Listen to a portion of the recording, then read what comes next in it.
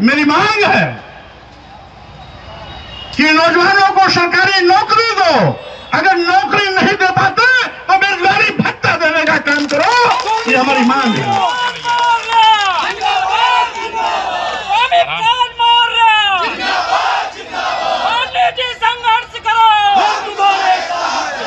इसी प्रकार से साथियों, इस सरकार ने वादा किया था किसानों को लाभकारी मूल्य दिलाने का। आज तक तो लाभकारी मूल्य नहीं दिला पाई। न्यूनतम समर्थन मूल्य की घोषणा करना तो दूर, किसान आंदोलन पर लाठियां चलवाई। लगभग 800 से ज्यादा किसान अब तक शहीद हो गए, लेकिन यह सरकार आज तक न्यूनतम समर्थन मूल्य की घोषणा नहीं की।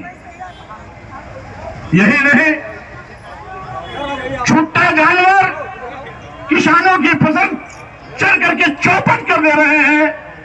वो किसानों के सामने एक अलग समस्या है। इसलिए मेरी मांग है,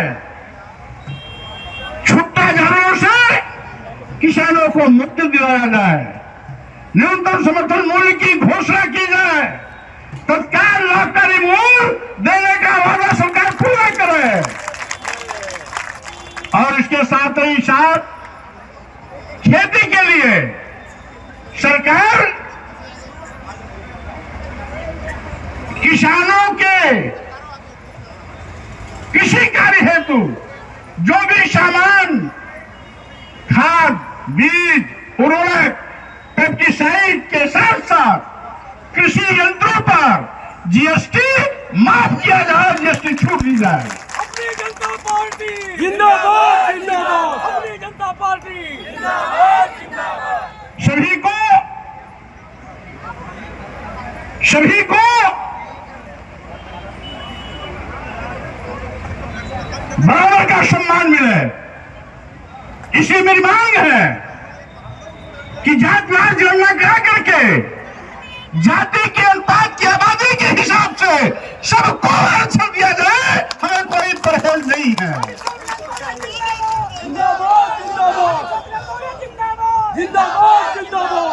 भारतीय संविधान के अनुच्छेद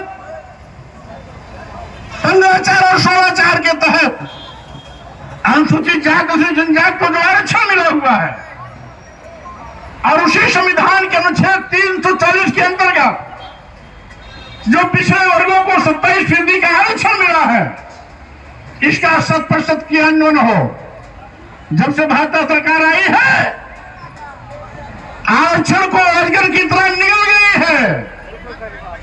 आरएसएस के लोगों को सारी की सारी थाली परोस दे रही है। एससी, एसटी, ओबीसी के लोग आज न केवल आरक्षण का गलत होता जा रहा है, बल्कि उनकी नौकरियों पर डकैती डाली जा रही है। 69,000 शिक्षकों की भर्ती में पिछड़े वर्गों के 18,000 चयनित अभ्यर्थियों को नियुक्ति पत्र देकर भाजपा सरकार ने अपने चहेतों को नियुक्ति पत्र पकड़ा दिया। हाई कोर्ट, सुप्रीम कोर्ट के आदेश के बावजूद भी, मुख्यमंत्री की घोषणा करने के बावजूद भी आज तक वो 18,000 चयनित शिक्षक अभ्यर्थी दर दर की ठोकरें खा रहे हैं। बिना विज्ञापन निकाले अपने चहेतों को एकमुश्त भर्ती कर जा रही है। लिटरल एंट्री के नाम पर अनुसूचित जाति, जनजाति और पिछड़ों का हक मारा जा रहा है। प्रधानमंत्री जी अपने चहेतों और आरएसएस के गुरुओं को आईएएस बना रहे हैं लिटरल एंट्री के नाम पर। इस पर तत्काल रोक लगाई जाए। होली मनाया, उसकी मैं आपको बधाई और शुभकामना देता हूं। हफ्ता 10 दिन बाद इसी भाईचारे के त्योहार के रूप में ईद भी आने वाला है। उस ईद की भी मैं आपको एडवांस शुभकामना देता हूं। और साथ ही साथ इसी बुलंद हौसले आप लगे रहेंगे तो मैं कहना चाहता हूं, ये कुंभकर्णी नींद सोने वाली सरकार आपकी बात सुनने वाली नहीं है। क्योंकि वो तो जानती है कि इनकी आंख भूल झोंको, हिंदू मुस्लिम का नारा दे दो, सब पागल होकर के हमारी सरकार बनाते रहेंगे। मस्जिद मंदिर का मामला छेड़ दो, सब दीवाने होकर के हमें वोट देते रहेंगे। लेकिन मैं कहना चाहता हूं, मोदी योगी को चेतावनी देना चाहता हूं, गलत बुलाते हुए मत रहना। हिंदू मुसलमान का कार्ड नहीं चलेगा, मस्जिद मंदिर का कार्ड नहीं चलेगा, अब चलेगा नौजवानों को रोजगार देने का कार्ड चलेगा।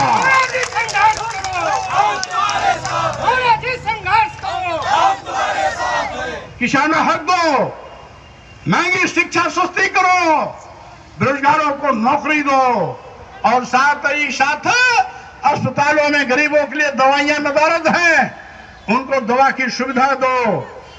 इसके साथ ही साथ मानदेय पे काम करने वाले कर्मियों को उनका पूरा वेतन दो, सरकारी कर्मी घोषित करो।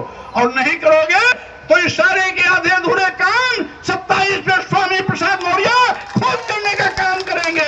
आउटसोर्सिंग आंगनबाड़ी कार्यकर्ती, आंगनबाड़ी सहायिका, आशा बहुएं और इसके साथ ही साथ हमारे जितने भी अन्य कर्मी हैं सबको सरकारी कर्मी घोषित किया जाए। बेरोजगार नौजवानों को रोजगार दिया जाए, अन्यथा बेरोजगारी भत्ता दिया जाए। अनुसूचित जात, अनुसूचित जनजात पिछड़ों का आरक्षण 100% क्रियान्वित किया जाए। जातिवार जनगणना करा करके समानुपातिक आरक्षण की हिस्सेदारी सभी समाज के लोगों को दिया जाए। इसके साथ ही साथ किसानों को लाभकारी मूल्य दिया जाए तथा न्यूनतम समर्थन मूल्य घोषित किया जाए एवं छूटा जानवरों पर अंकुश लगाकर किसानों की फसल बचाई जाए। साथ ही साथ वन नेशन वन एजुकेशन की मांग है, जिससे कि सभी को समान शिक्षा मिल सके। सरकार महंगी शिक्षा की नीति से गांव, गरीब, मजदूर, किसान के बेटे बेटियों को उच्च शिक्षा से वंचित कर रही है।